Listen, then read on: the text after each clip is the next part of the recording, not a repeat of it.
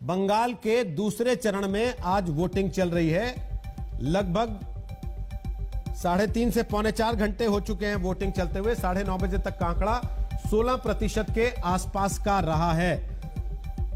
जी, BJP Trinamool दोनों ने 30-30 उम्मीदवार इस चरण में, यानी कि हर सीट पर उम्मीदवार उतारे हैं। कांग्रेस ने 9 और लेफ्ट ने 19 उम्मीदवारों को इस चरण में चुनाव मैदान में उतारा है। 19 महिला उम्मीदवार हैं दूसरे चरण में और 152 पुरुष उम्मीदवार दूसरे चरण में चुनाव मैदान में है। 6,792 स्टेशन लोकेशन है पोलिंग स्टेशन की और टोटल पोलिंग स्टेशन जो है 10,620 इस चुनाव के दूसरे चरण में बनाए गए हैं। 38,80,955 पुरुष मतदाता हैं इस दूसरे चरण में।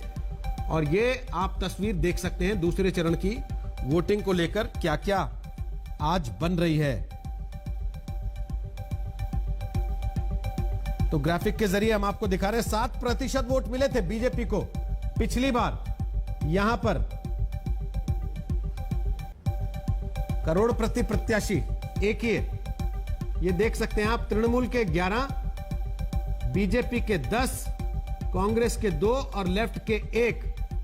ये स्थिति है दूसरे चरण के करोड़पति उम्मीदवारों की। जैसा हम आपको बता रहे थे, दूसरे चरण में बीजेपी को मात्र 7% वोट पिछली बार के चुनाव में हासिल हुआ था और टीएमसी के खाते में 48% वोट यहां का था और 37% वोट लेफ्ट के खाते में था। और दागी उम्मीदवार कितने हैं? बीजेपी के 17, तृणमूल के 8, लेफ्ट के 7 और कांग्रेस के 2।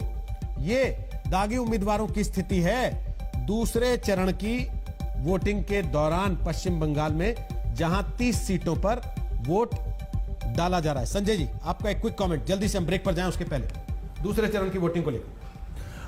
मुझे लगता है जिस तरह से वोटिंग पहले चरण में हुई थी, जिस तरह का टर्नआउट हुआ था पहले चरण में, उसी तरह का टर्नआउट दूसरे चरण में भी होगा।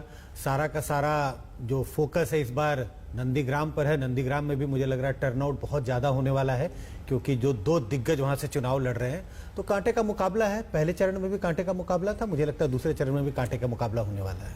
चलिए हम एक ब्रेक ले रहे हैं, ब्रेक के बाद वापस आते हैं। तो ये कांटे का मुकाबला आगे किस दिशा में जाएगा, इस पर बात करेंगे। प्रभु चावला हमारे साथ हैं, संजय कुमार हमारे साथ हैं और साथ ही हमारे तमाम सहयोगी संवाददाता जो पल पल का अपडेट बंगाल के एक एक पोलिंग बूथ से दे रहे हैं आपको। क्या क्या खबर